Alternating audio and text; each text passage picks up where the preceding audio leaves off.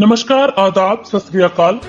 UAE की और देश दुनिया की सारी बड़ी खबरों को हिंदी में जानने के लिए हमारे चैनल को अभी सब्सक्राइब करें। दुबई पुलिस ने नेशनल स्टेरिलाइजेशन प्रोग्राम के दौरान मूवमेंट रेस्ट्रिक्शंस के उल्लंघनकर्ताओं के अगेंस्ट 52,069 की पेनल्टी इशू की। 26 मार्च और 16 अप्रैल के बीच अधिकारियों ने सेफ्टी इंस्ट्रक्शंस के पालन के लिए 45,654 चेतावनी और साथ ही 6,424 पेनल्टी भी जारी किए गए। कोरोना का प्रकोप लगातार जारी है। ऐसे में खाड़ी देशों से भारतीयों को वापस लाने के लिए भारत के नेशनल कैरियर एयर इंडिया और भारतीय नौसेना को अपने विमानों और युद्धपोतों के साथ स्टैंड बाय पर रहने के लिए कहा गया है।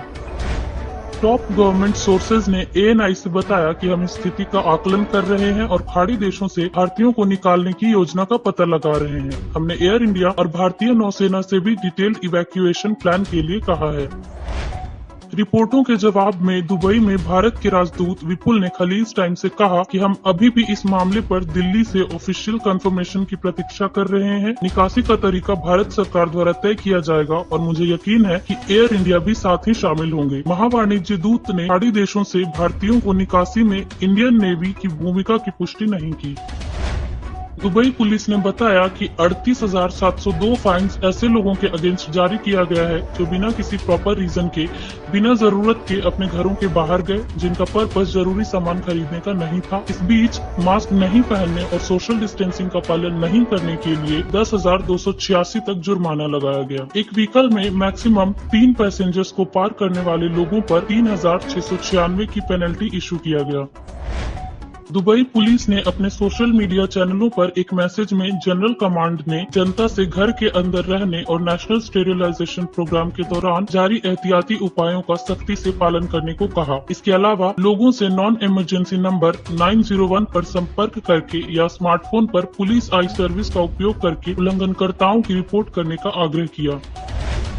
दुबई में लगाए जाने वाली जुर्मानों की सूची कुछ इस प्रकार है। पब्लिक और प्राइवेट गैदरिंग बैन के उल्लंघनकर्ताओं के लिए 10,000 दिरहम और गैदरिंग में शामिल प्रत्येक प्रतिभागी के लिए 5,000 दिरहम का जुर्माना। फिजिकल डिस्टेंस मेजर्स के उल्लंघन करने के लिए 1,000 दिरहम, मास्क न पहनने वालों के लिए 1,000 दिरहम और एक वाहन में 3 यात्रियों को पार करने वाले ड्राइवरों के लिए 1,000 दिरहम का जुर्माना।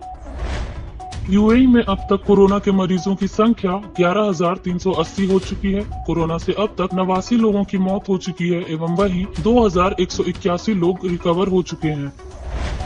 दुबई टूरिज्म ऑफिशियल के अनुसार दुबई जुलाई तक टूरिस्ट के लिए फिर से शुरू हो सकता है। ब्लूमबर्ग टीवी से बात करते हुए दुबई के department of tourism and commerce marketing director general Almarri ने कहा कि दुनिया भर में लगे प्रतिबंधों के आधार पर यह प्रक्रिया धीरे धीरे होने की संभावना है और इसमें सितंबर तक भी देरी हो सकती है। Abu Dhabi quality and conformity council QCC की सेंट्रल टेस्टिंग लेबोरेटरी CTL ने हैंड सैनिटाइजर का विकास और उत्पादन किया है जो यूएई के द्वारा बनाया गया है। यह इंटरनेशनल स्टैंडर्ड्स के गाइडलाइंस को पूरा करती है। अबू धाबी आर्थिक विकास विभाग ने एक न्यू सर्कुलर के ऑर्डर इशू किए हैं जो कि अबू धाबी में कमर्शियल सेंटर्स और शॉपिंग मॉल के ओनर्स एंड मैनेजर्स को सेट कंडीशंस और इंस्ट्रक्शंस का पालन करने के लिए जारी किए गए हैं, जिन्हें विभाग द्वारा फिर से जारी करने की अनुमति दी गई है। अमीरात के 3 क्षेत्रों अबू धाबी, अल एन और अल डफरा में कमर्शियल फैसिलिटीज खोले गए।